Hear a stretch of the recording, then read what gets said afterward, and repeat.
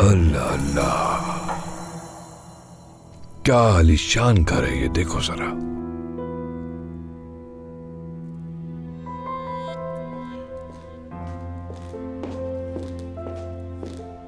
जहरा साहिबा भी यहाँ आ जाएंगी। क्या आप कुछ पीना पसंद करेंगे?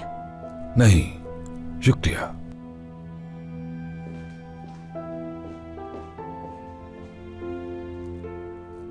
ये जहरा साहिबा कौन है?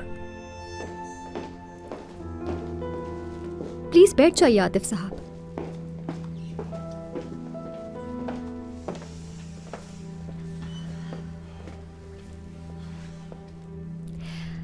यकीनन आप ये सोच रहे होंगे कि मैंने आपको यहाँ क्यों बुलाया है। जाहिर है, ये जानना तो मैं चाहूंगा ही। आतिफ साहब, जहरा साहिबा आपसे कुछ जानना चाहती हैं।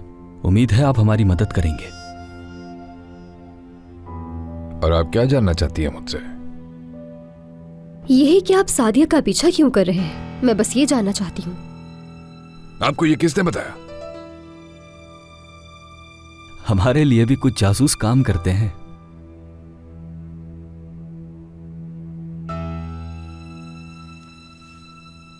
देखिए आतिफ साहब, अगर आप हमारे साथ ताउन करेंगे तो इसमें फायदा आप ही का होगा। और मैं इस पर यकीन क्यों करूंगा?